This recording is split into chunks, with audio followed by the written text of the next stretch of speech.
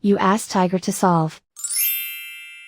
This deals with linear equations with one unknown.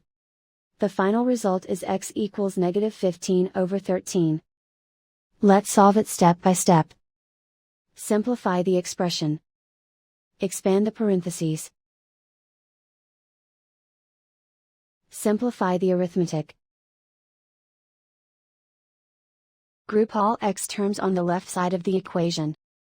Subtract 16x from both sides. Group like terms. Simplify the arithmetic.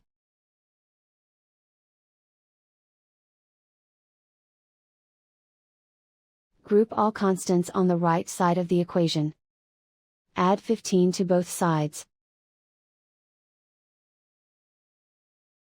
Simplify the arithmetic.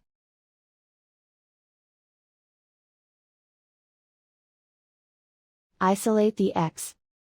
Divide both sides by -13. Cancel out the negatives. Simplify the fraction.